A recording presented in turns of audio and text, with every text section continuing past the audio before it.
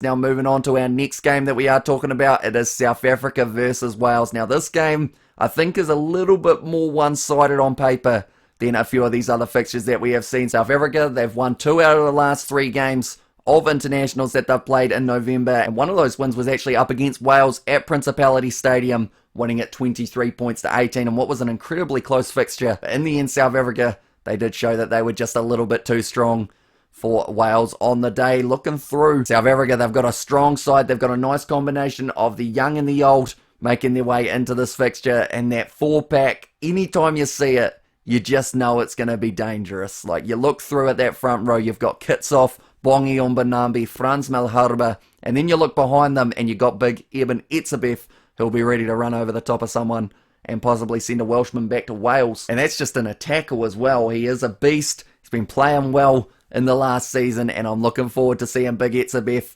back in action for the Boks. Then you've got Lou De Jager in there as well. The loose forward trio is strong. Franco Mostert, the utility forward, playing 7. This is going to be a tough day at the office for Wales, although the good news is they have got a decent lineup in this match, well, so I'm looking forward to seeing this contest go head to head. It's going to be a sellout in South Africa, the biggest crowd they have ever had for a South Africa versus Wales contest, I believe, and the crowd are certainly going to be getting behind the Boks. But looking through at 3 players that I've decided will be key for the Springboks throughout this fixture. The first one, Franco Mostert. I think he is going to be very dangerous. And like I mentioned, he can play 7, he can play in the locks if he needs to. He's pretty much going to be everywhere, and at line-out time, I think he's going to be a very useful option for them to be able to go to as well. Then the next name I've got is Makazole Mapimpi. Now, Cheslin Colby is returning back into the side, I should mention, but for me, because it's his first game back in quite some time, with that injury that he did have last season as well, I am going to say that Makazole Mapimpi is the busier out of the 2 wingers. It could easily be Colby, though,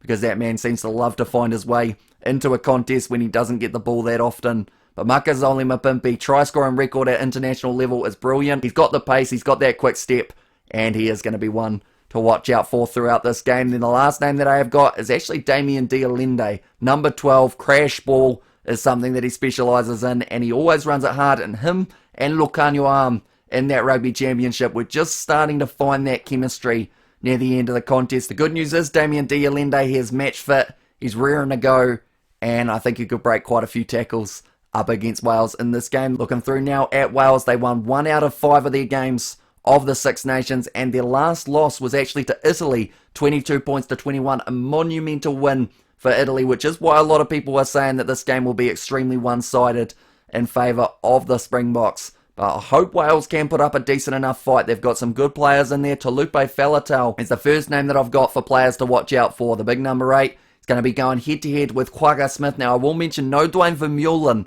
for the Springboks, and also no Evan Ruiz, which was another player that a few people wanted to see make his debut up against the Welsh. He will have to wait just a little bit longer, but Talupe Faletau did have an injury, I believe, at the end of last year, but he is back now, rearing to go. He was in the British and Irish line, so he's played in South Africa before, and we'll be looking forward to the monumental challenge. Next name that I've got, another British and Irish Lion, it was Josh Adams. He didn't get a huge amount of opportunities in that British and Irish Lions tour. I believe he did start a couple matches, but then from there, he did end up returning home because he was having a baby. Not him, his wife.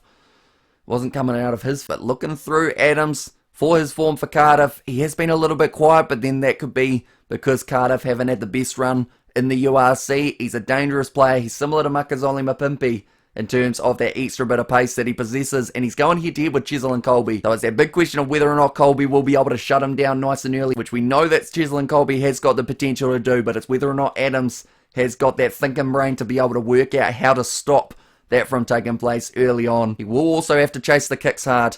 And speaking of kicks, Liam Williams is the last name that I have got there for Wales. He is a great fullback, brilliant under the high ball, and if it's anything like we saw from the Springboks last year, we'll probably see a few box kicks from Faf de Klerk. So if Liam Williams has taken a majority of them, he might be able to shut down that opportunity of the mistakes coming, because we did see the Boks kicking from literally everywhere on the field, whether it was 22 metres out from the opposition try line or 22 metres out from their try line, they would still put up that box kick. I know that that last game up against New Zealand, though, they changed the tactic and it did work. They were able to beat New Zealand 31 points to 29. So I'm hoping we see a combination of kicks and also a bit of running rugby for the Springboks as well. But now we are up to that point of trying to predict who will be able to get themselves the win. For me, I think this one will be relatively one-sided, although early on I'd like to think that Wales will also be able to bring a little bit of fight to the contest. But yeah, South Africa, for me, are going to be able to win this contest, and they will be winning it, I think, by 16 points. Maybe more, maybe less. We'll have to wait and see which Wales side does turn up.